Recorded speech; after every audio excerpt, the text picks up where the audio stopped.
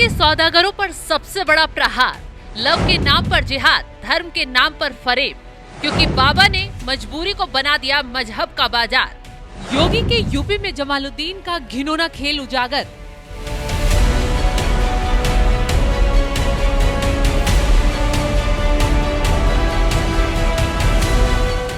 किसी को लव जिहाद में फंसाया, किसी को पैसों का लालच दिखाया, कुछ को विदेश में नौकरी का झांसा दिलाया और इस तरह एक दो नहीं 12 लोगों के धर्म की बलि चढ़ा दी। नाम है जमालुद्दीन उर्फ छांगुर बाबा, जिसके पीछे योगी की पुलिस पूरी शिद्दत से पड़ी है, क्योंकि योगी आदित्यनाथ के उत्तर प्रदेश में जमालुद्दीन उर्फ छांगुर बाबा ने ऐसी साजिश रची, न सिर्फ पूरा सिस्टम हिल गया बल्कि पुलिस प्रशासन तक दंग रह गया। कैसे इस जमालुद्दीन के कारनामे का खुलासा हुआ, कैसे इतनी बड़ी साजिश पकड़ी गई, चलिए विस्तार से बताते हैं। कहानी की शुरुआत तब होती है जब उत्तर प्रदेश के दिल यानी लखनऊ में मंत्र जाप की जोरों शोरों से आवाज गूंजती है। जाप का पाठ करते हुए 12 लोग हिंदू संगठनों की मौजूदगी में इस्लाम छोड़कर दोबारा हिंदू धर्म में घर वापसी करते हैं। घर वापसी की इस तस्वीर के पीछे की कहानी जब सामने आई तो ये सिर्फ एक सामाजिक फैसला नहीं था, बल्कि धर्मांतरण के सबसे बड़े रैकेट का पर्दाफाश था। तभी एक नाम सामने आया, तांत्रिक का छांगुर बाबा, जो असल में बन चुका था जमालुद्दीन और चला रहा था धर्म परिवर्तन का एक ऐसा नेक्सस जिसके तार विदेशों से फंडिंग, एटीएस की निगरानी और गरीबों के मजहब बदलने तक फैले थे। एक महिला बोली, मुझे नौकरी का झांसा देकर पहले निकाह कराया, फिर मजहब बदलवाया। दूसरी ने कहा, लव जिहाद में फंसाकर मुझे इस्लाम कबूलने पर मजबूर किया।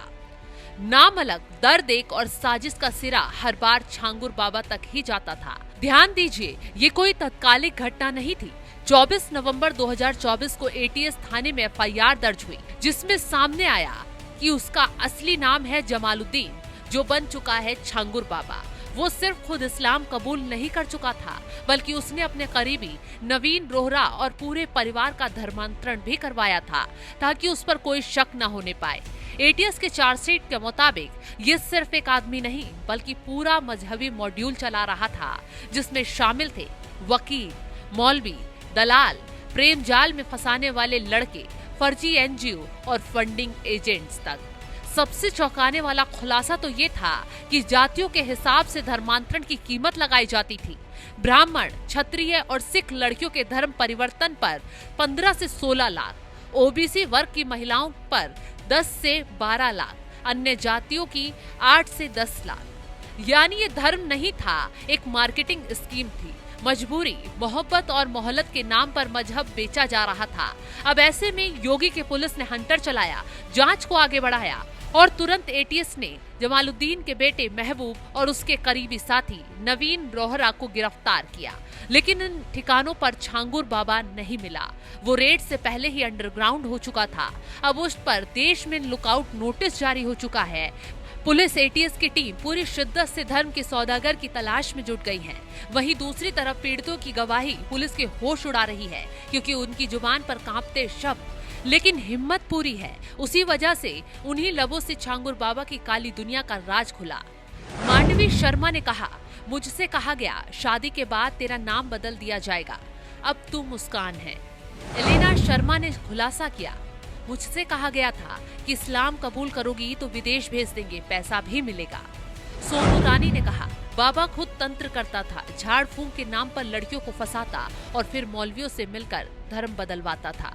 इन बयानों ने साफ कर दिया कि लव जिहाद, बेरोजगारी का फायदा, नौकरी और विदेश भेजने का झांसा, ये सिर्फ जाल थे और जाल का जालिम था छांगुर बाबा।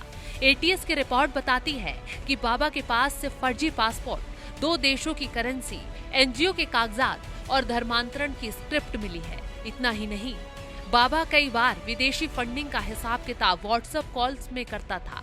अब एटीएस की 5 टीमें यूपी, एमपी, दिल्ली और नेपाल बॉर्डर तक बाबा की तलाश में तैनात हो गई हैं। बाबा को कहीं जमीन निगल गई या फिर कोई सियासी हाथ उसे बचा रहा है, ये सवाल भी अब चर्चा का हिस्सा बन चुका है। लेकिन बाबा ने योगी के यूपी में काले अपराध को अंजाम दिया, तो ऐसे में सुरंग से भी खोदकर उसे निकाल लिया जाएगा।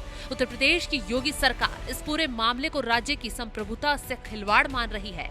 मुख्यमंत्री ने सख्त निर्देश दिए हैं कि किसी भी कीमत पर धर्मांतरण का धंधा करने वालों को बख्शा नहीं जाएगा। एटीएस ने अब इस केस को यूएपीए और विदेशी फंडिंग कानून के तहत ले लिया है।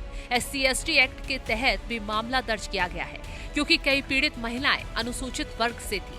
पुलिस सूत्रों का कहना है कि बाबा नेपाल या बांग्लादेश भागने की फिराक में था, लेकिन अब उसकी डिटेल लोकेशन ट्रेस की जा रही है। जल्द ये बाबा सलाखों के पीछे होगा, क्योंकि सीएम योगी आदित्यनाथ धर्मांतरण के खिलाफ इतने सख्त हैं कि इसे अपराध तक घोषित कर चुके हैं।